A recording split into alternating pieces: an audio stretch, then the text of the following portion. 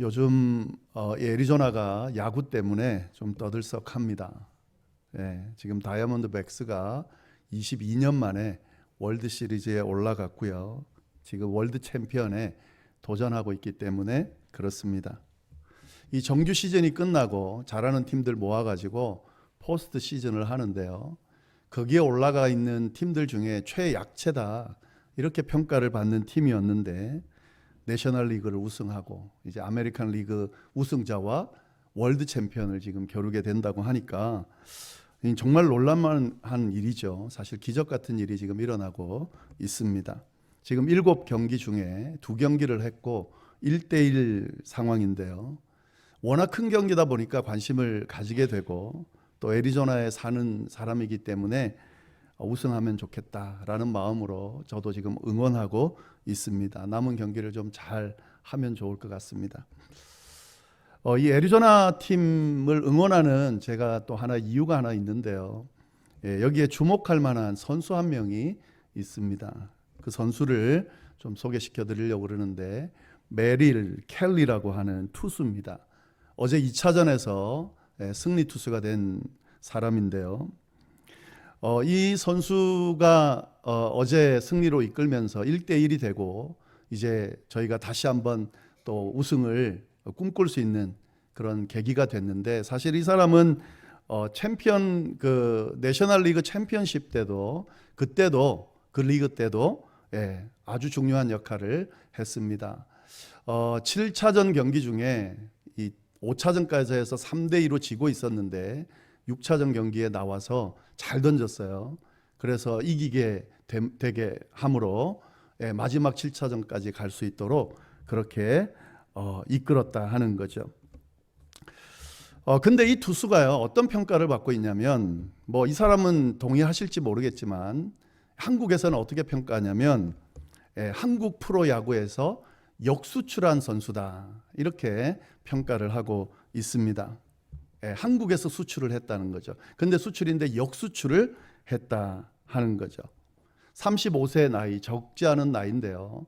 이 사람이 이렇게 잘하고 있는 거는 한국이 영향을 줬다 하는 겁니다. 왜 이렇게 이야기를 하냐면, 이 사람은 ASU를 나왔습니다. 아리조나 주립대를 나왔고요. 그리고 그때는 그렇게 주목받는 선수는 아니었어요. 근데 이제 졸업하고 어떻게 프로팀에 들어가게 됐습니다. 템파베이 레이스 팀에 들어갔는데 마이너리그에서만 뛰고요. 이 빅리그에서는 한 번도 뛰어본 적이 없어요. 5년 동안 선수 생활을 하면서 빅리그에 한 번도 출전하지 못한 그런 선수였습니다. 근데 그러던 중에 이 한국 프로야구에서요, 이 사람을, 이 켈리를 데려갔어요. 근데 사실은 무명 투수거든요. 그렇게 알려진 투수가 아니기 때문에 어떻게 데려갔는지 모르겠지만 이 SK에서 지금 선수들 발굴하러 다니면서 아마 가능성을 본 것 같아요. 그래서 데리고 가서 4년 동안 뛰었습니다. 근데 원래 좀 잘하던 선수예요. 그러니까 가능성이 있던 선수예요. 이 선수가 4년 동안 뛰면서 숨겨진 실력을 발휘하게 되고 또 한국 가서 정말 더 다듬어지고 더 실력이 좋아지게 됐습니다. 그래서 좋은 성적을 거뒀고, 심지어는 SK가 그 한국 시리즈 최종전에 갔는데 그때 우승을 했는데 이 켈리가 아주 중요한 역할을 했습니다. 이렇게 그 한국에서 잘 하던 이 켈리는 거기서 계속 잘 해도 될 텐데 다시 메이저리거에 도전을 합니다. 왜냐하면 자기가 원래 메이저리거에서 뛰기 위해서 꿈을 꿨기 때문에 다시 그 꿈을 한번 이뤄보려고 도전을 한 겁니다. 나이가 적지 않지만, 나이가 많지만 그래도 한국에서 성적을 잘 냈기 때문에 이 아리조나 팀에서 이 선수를 받아줍니다. 아리조나 출신이기도 하고 그러니까 받아줬겠죠. 근데 받아줄 때 아주 좋게 받아준 건 아니고요. 2년 계약하고 그 2년은 플러스로 잘하면 하는 그런 계약을 했습니다. 연봉도 그렇게 많이 받지 못한 상태로 그렇게 다시 아리조나로 오게 됐습니다. 초반엔 좀 잘했는데 또 이 엎친 데 덮친 격으로 부상을 당해요. 갈비뼈 부상을 당해서 또 경기에 출전하지 못하는 시간을 보냈습니다. 근데 최근 한 2, 3년 전부터 실력을 발휘하기 시작해서 지금은 아주 메인 주전 투수가 됐고요.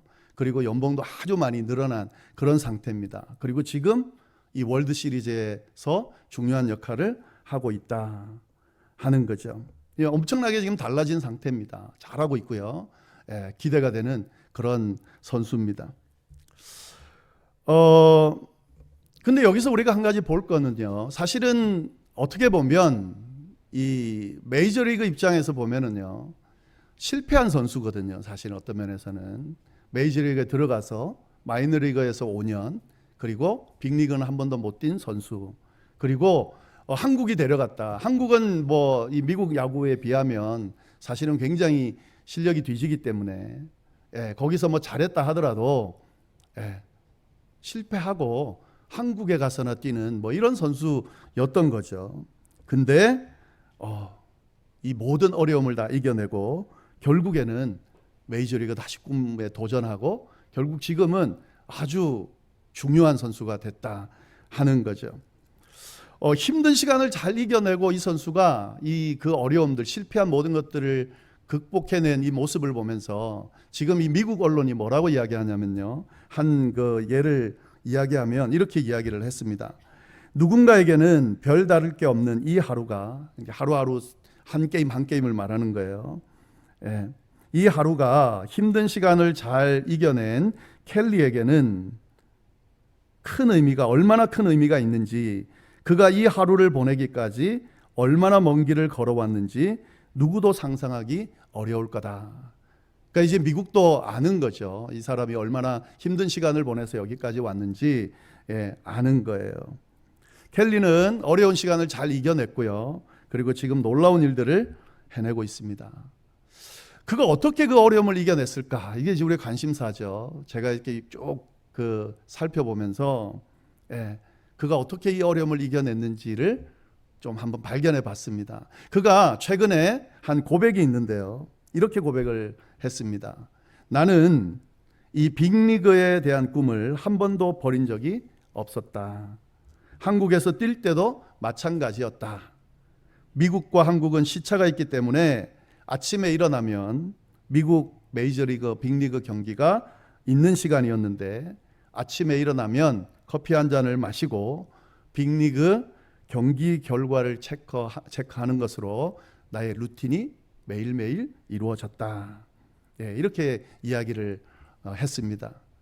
그러니까 무슨 말이냐면요. 한국에 있으면서도 최종 목표인 이 빅리그 게임, 이 무대에서 뛰는 꿈을 버리지 않았다는 거죠. 그의 시선을 이 꿈에다가 고정시키고 열심히 했다는 거죠. 최종 목표를 바라보면서 한국에서 열심히 뛰었다는 그런 이야기입니다.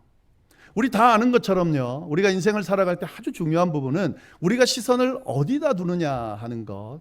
그리고 우리가 어떠한 목표와 목적을 가지고 살아가느냐 하는 것은 참으로 중요합니다. 그리고 그 시선을 고정하고 변하지 않는 시선으로 목표와 목적을 바라보고 움직이는 것이 참 중요하다는 것을 우리는 알고 있습니다. 이 모든 인생을 살아가는 사람들에게 아주 중요한 부분이죠. 이것을 켈리는 잘 해낸 거죠. 우리가 어디다 시선을 두고 살아야 되는가 확인하고 또 확인하셔야 됩니다. 나는 왜 사는가? 무엇을 목적으로 살아가는가? 무엇을 목표하면서 살아가야 되는가? 확인하고 또 바라보고 또 붙들고 하는 것이 중요하다. 그것이 우리의 인생을 성공하게 만드는 아주 중요한 것이다 하는 거죠. 어디다 두고 살아야 될까요? 우리 믿는 그리스도인들은 어디다 시선을 두고 살아야 될까요? 당연히 하나님이죠. 하나님의 나라죠. 우리가 이걸 기억해야 됩니다. 우리의 시선은 이 세상이 아니에요. 그 어떤 다른 것도 아닙니다. 하나님입니다. 하나님의 나라입니다. 우리 그리스도인들의 삶의 목적과 목표가 뭐냐? 다른 데 있지 않습니다, 여러분. 하나님의 뜻 안에서 그 하나님의 뜻을 이루어가는 삶을 사는 것이 우리가 바라봐야 될 목표고 목적이다 하는 거죠. 우리가 이걸 잊으면 안 됩니다. 그러면 하나님의 뜻 안에서 하나님을 이루어드리는 삶이 뭔가? 예배하는 삶이라는 거죠. 하나님을 예배하는 삶이 바로 우리의 목표고 목적이다 하는 거죠. 그래서 지난 몇 주간 계속해서 이 말씀을 나누는 겁니다. 예. 다른 중요한 것들이 있지만 그것보다 훨씬 더 중요한 것, 내 삶의 목적, 목표, 또 우리 그리스도인들의 삶의 목표와 목적은 하나님을 예배하며 사는 겁니다. 이것 때문에 존재하고, 이것 때문에 살아가고, 이것 때문에 삶의 의미를 두고 우리가 지금 버티고 살아가고 있는 거죠. 우리가 이 부분을 잊지 말아야 된다 하는 거죠. 자, 그러면 하나님께 예배하는 삶을 산다는 게 뭔가? 지난주에 우리가 무슨 말씀을 나눴냐면, 하나님께 예배하며 산다는 것은 찬송의 제사를 드리며 사는 것을 의미한다. 이 말씀을 지난주에 드렸습니다. 찬송의 제사를 드리며 사는 거다. 여러분, 여기서 제가 희생의 제사라고 말씀드리지 않고 찬송의 제사라고 말씀드리고 있다는 걸 꼭 기억하셔야 됩니다. 성경은 찬송의 제사를 드리는 것이 예배하는 삶이라고 분명하게 이야기하고 있습니다. 예수님께서 오시기 전에 구약시대 때는 희생제사를 드렸습니다. 하나님이 희생제사를 요구하셨습니다. 왜냐하면 인간이 죄를 지음으로 인해서 하나님과 사람 사이의 관계가 깨져버렸어요. 그래서 그 모습 가지고는 하나님 앞에 나갈 수가 없으니까 희생의 제사를 드림으로 그때그때 희생제물을 대신해서 나올 수 있도록 허락하신 거죠. 그래서 희생의 제사를 드린 겁니다. 근데 예수 그리스도께서 오셔서 이 희생제물로 단번에 희생제사를 끝내버리셨어요. 그래서 더 이상 우리가 갖고 있는 죄가 우리를 지배하지 못하도록 만드셨습니다. 하나님과 우리 사이에 깨진 관계를 회복시켜 주셨습니다. 희생제사를 드리지 않고도 예수 그리스도의 십자가의 보혈을 의지하고 하나님 앞에 나아갈 수 있도록 만들어 주셨다 하는 거죠. 그래서 우리가 드리는 제사는 이제 더 이상 희생의 제사가 아니라 예수 그리스도를 통해 허락된 찬송의 제사다 하는 거죠. 예수 그리스도를 통해 허락하신 그 하나님의 놀라운 일들, 구속의 일들을 우리가 늘 깨달으면서 그 은혜에 반응하면서 나가는 것이 바로 찬송의 제사고, 우리가 드려야 될 예배의 모습이고, 우리가 살아가야 될 예배하는 삶의 모습이다 하는 거죠. 우리가 이걸 잊으면 안 됩니다, 여러분. 오늘 우리가 지금 예배드리는 이 삶의 이 예배의 모습도 다 그거죠.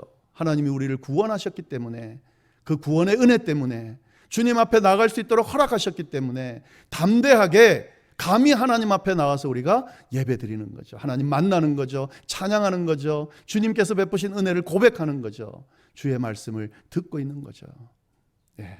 이게 예배하는 모습이고, 이러한 삶이 우리의 일상 속에서 계속되어질 때에, 순간순간 이런 삶을 살아갈 때에 그 삶이 바로 예배하는 삶이 되는 거죠. 그리고 우리가 예배하는 삶을 살게 되는 거라는 거죠. 예, 이 부분을 우리가 잊으면 안 되겠습니다. 자, 그런데요, 성경이 보면은 이 찬송의 제사를 드리자라고 하고 끝을 내지 않고 더 추가적인 내용을 덧붙이고 있다는 것에 우리가 좀 주목할 필요가 있습니다. 예. 찬송의 제사를 드리라 이렇게 끝낸 게 아니라요, 요구되는 예배의 모습 있다는 거죠. 예. 그 내용까지 우리가 봐야 이 예배 드리는 삶이 무엇인지를 완성할 수 있습니다. 예, 6절 말씀을 16절 말씀을 좀 보시면은요, 오늘 본문 16절 말씀 우리 같이 한번 읽어볼까요? 오직 선을 행함과 서로 나누어 주기를 잊지 말라. 하나님은 이 같은 제사를 기뻐하시느니라. 찬송의 제사를 하나님께 드려라. 그리고 오직 선을 행함과 서로 나누어 주기를 잊지 말아라. 그리고 이것은 하나님께 드리는 제사인데 하나님이 기뻐하는 제사다. 이렇게 지금 이야기하고 있다 하는 거죠. 하나님께 드리는 예배는 찬송의 제사와 함께 선을 행하고 나누는 제사가 포함되어 있다는 사실을 우리가 기억할 필요가 있습니다. 예. 찬송의 제사는 누구를 향해 드리는 겁니까? 하나님을 향해 드리는 거예요. 선을 행하고 나누는 제사는 누구를 향해 드리는 겁니까? 이웃과 이 세상을 향해 드리는 거죠. 드린다기보다는 그 이웃을 또 세상을 향해 선을 행하고 나눔을 통해 누구를 높이는 거예요? 하나님을 높이는 거라는 거죠. 예. 이 두 가지가 완벽하게 이루어질 때 이게 예배가 되는 거고 예배 드리는 삶이 되는 겁니다. 예배 드리는 삶을 살라 그러니까 교회에서 하는 예배 잘 참석해야지. 예. 그것도 참 좋은 자세입니다만은 그것만이 예배하는 삶을 사는 게 아니에요. 찬양의 제사를 올려드리고 선을 행하고 나누는 삶을 통해서 하나님을 높여드리는 삶을 사는 것이 하나님을 예배하는 삶이라는 사실을 우리가 꼭 기억할 수 있기를 바랍니다. 이 선을 행하고 나누는 삶은요, 아예 하나님이 창조하실 때 이렇게 하도록 만드셨어요. 그리고 우리를 구원하실 때 이렇게 하도록 아예 구원의 목적으로 이걸 삼으셨어요. 우리가 이걸 좀 잘 알아야 됩니다. 에베소서 2장 10절 말씀 보면 이런 말씀이 있습니다. 우리는 그가 만드신 바라. 하나님이 우리를 만드셨다는 거죠. 그리스도 예수 안에서 선한 일을 위하여 지으심을 받은 자니 이 일은 하나님이 전에 예비하사 우리로 그 가운데 행하게 하려 하심이니라. 하나님이 우리를 만드실 때에 그리스도 안에서 선한 일을 하도록 만드셨다. 예. 이게 우리를 만드신 목적이라는 거죠. 여기서 말하는 선한 일은 뭘까요? 오늘 본문에도 나오는 선을 행한다는 게 뭘까요? 이게 원문으로 보면 은혜를 베푼다 하는 의미가 있습니다. 그러니까 받은 은혜를 함께 나눈다 라는 의미가 있습니다. 나눔이란 말도 같은 의미입니다. 예, 교제한다는 말인데 뭘로 교제하냐면 하나님께서 주신 은혜를 가지고 교제한다. 이게 성도의 교제거든요. 예. 하나님께서 우리를 왜 만드셨는가? 예수 그리스도를 통해 허락하신 그 은혜를 나누고 베풀고 공유하고 살아가도록 그 선한 일을 하도록 만드셨다 하는 거죠. 우리를 구원하신 것도 마찬가지예요. 디도서 2장 14절에 보면 이렇게 되어 있습니다. 그가 우리를 대신하여 자신을 주심은 모든 불법에서 우리를 속량하시고 우리를 깨끗하게 하사 선한 일을 열심히 하는 자기 백성이 되게 하려 하십니다. 우리를 구원하신 이유가요, 선한 일을 열심히 하는 하나님의 백성이 되게 하려 하심이라는 거죠. 선한 일이 뭐냐면 주님이 베푸신 그 은혜를 나누는 거죠. 함께 공유하는 거죠. 나만 가지고 있는 게 아니라 나누는 거예요. 베푸는 거예요. 이걸 위해서 창조하셨고 이걸 위해서 우리를 구원하셨다라고 말씀을 드리고 있는 거죠. 이것이 바로 예배라고 성경이 또 이야기합니다. 마태복음 5장 16절에 보면 이렇게 되어 있습니다. 이같이 너희 빛이 사람 앞에 비치게 하여 그들로 너희 착한 행실을 보고 하늘에 계신 너희 아버지께 영광을 돌리게 하라. 하나님 아버지께 영광을 돌린다는 게 예배잖아요. 찬양한다는 거잖아요. 어떻게 하려는 거예요? 너희의 착한 행실을 보고.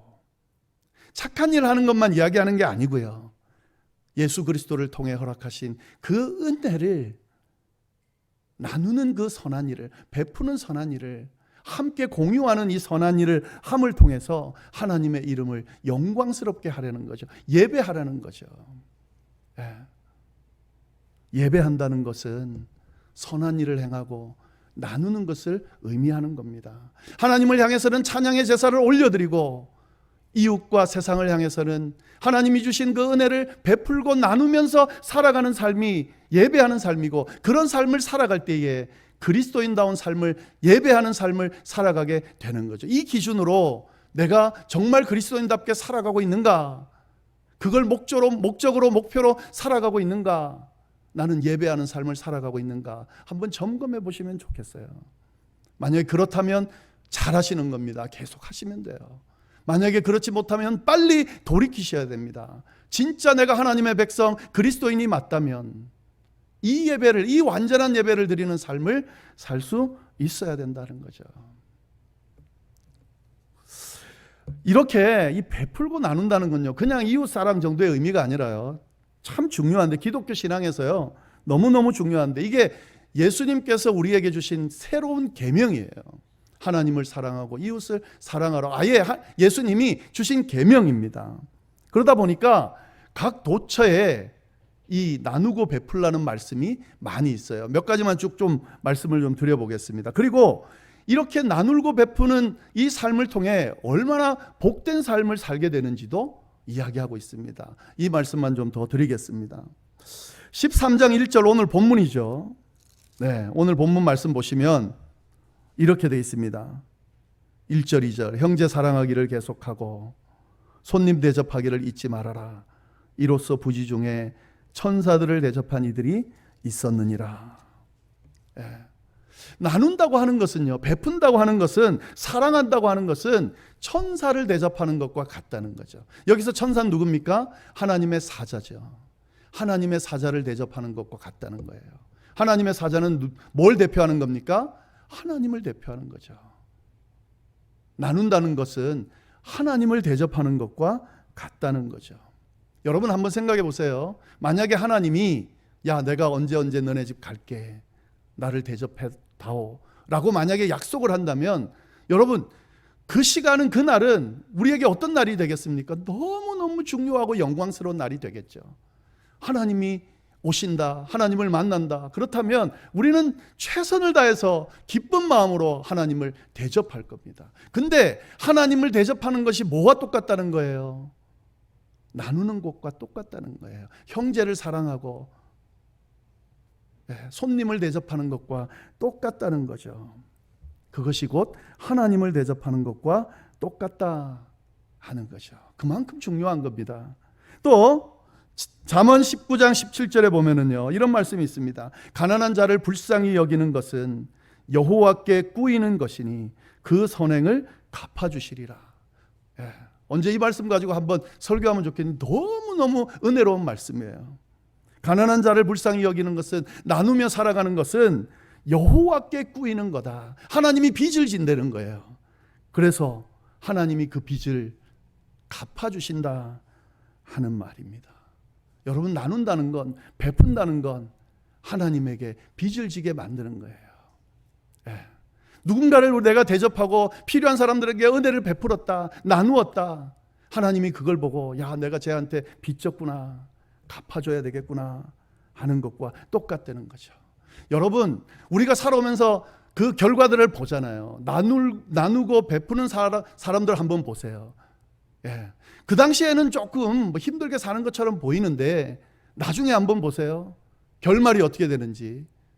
그 어떤 사람보다 풍성하고 은혜로운 삶을 살았다고 결론 지어져요. 그리고 그 후손들을 보면요, 복에 복이 더해진다는 걸 우리가 경험해요. 지금 이 세상에 살면서 막 많이 누리고 많이 가지고 한 사람들, 여러분 근데 움켜쥐고 나누지 않고 그것만 붙들고 살았던 사람들 한번 보세요. 잘 사는 것 같지만 결론을 한번 보십시오. 그렇게 잘 마무리되지 않는 경우가 많습니다. 그리고 그 다음 후손으로 넘어갔을 때 몇 대 지나면 그냥 그 모든 것들이 끝나는 경우가 참 많습니다, 여러분. 저는 왜 이럴까? 이 원리가 있지 않을까 하는 생각이 들어요. 나누고 베푸는 그 모습을 하나님이 보시고 빚으로 생각하시고 그에게 갚아주시는 거죠. 더 풍성하게 살도록 인도하시는 거죠. 우리 믿는 자의 나눔도 그런 의미가 있습니다. 사실은 저도요, 제 나름대로는 나누려고 많이 애를 써요. 지난번에도 한번 언급을 했지만 특히 목회자들, 가난하고 힘든 목회자들, 이런 목회자들 많습니다. 특히 선교사님들, 이런 분들 많아요. 만나면 그래도 제가 형편이 좀 나요. 웬만하면은 그냥 제가 내고 대접하고 하려고 합니다. 최근에는 좀 힘든 분이 있었어요. 가정적으로도 힘들고.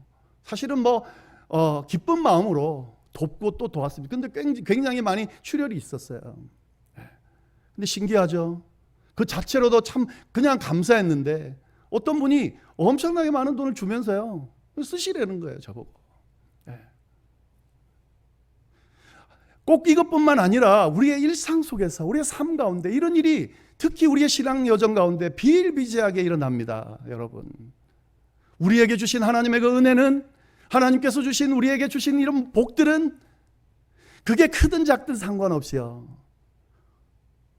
하나님께 감사의 고백을 드리고 또 이웃과 나누며 살아라고, 베풀며 살아라고 그렇게 허락하신 거예요. 그리고 이렇게 베푸는 삶을 하나님이 그냥 두지 않으시고 또 더 큰 은혜와 축복으로 채우신다는 원리가 바로 성령이 우리에게 가르쳐주는 원리다 하는 거죠. 저는 이런 복을 저와 우리 자녀들이, 우리 가족들이 많이 누렸으면 좋겠어요. 그래서 그렇게 살았으면 좋겠어요. 저는 우리의 교회 성도님들이, 이 자리에 예배드리는 모든 분들이 이 은혜를 받아 누리는 삶을, 나누는 삶을, 예배하는 삶을 살아서 하나님이 어떤 복으로 채우시는지 좀 경험하시면 좋겠어요.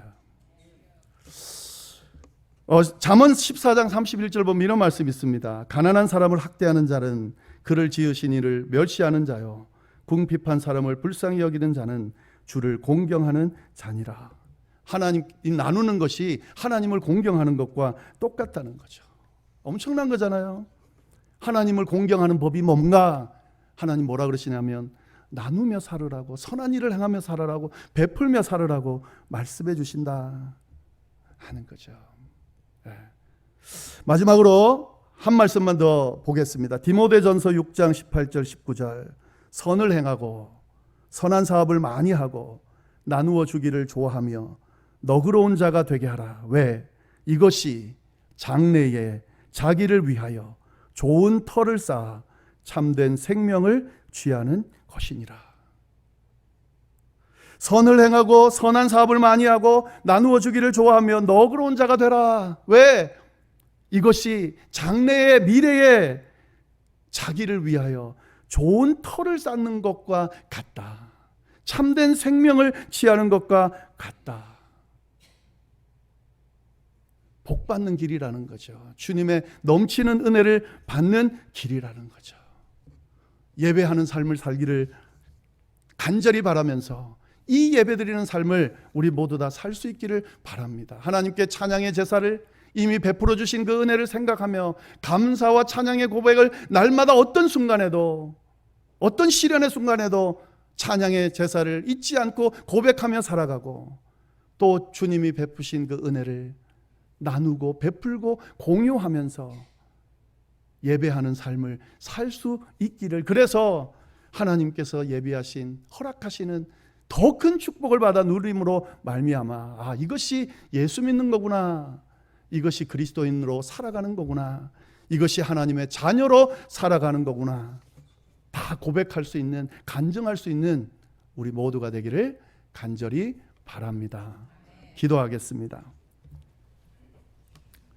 하나님 아버지, 참으로 감사합니다. 귀한 말씀을 통하여 참된 예배를 드리는 삶을 살아가라고 권유하시는 주님의 음성을 듣게 하시고, 또 어떤 삶을 살아야 온전한 예배의 삶을 사는 것인지 알려주셔서 또 그렇게 살 수 있도록 인도해 주심에 감사드립니다.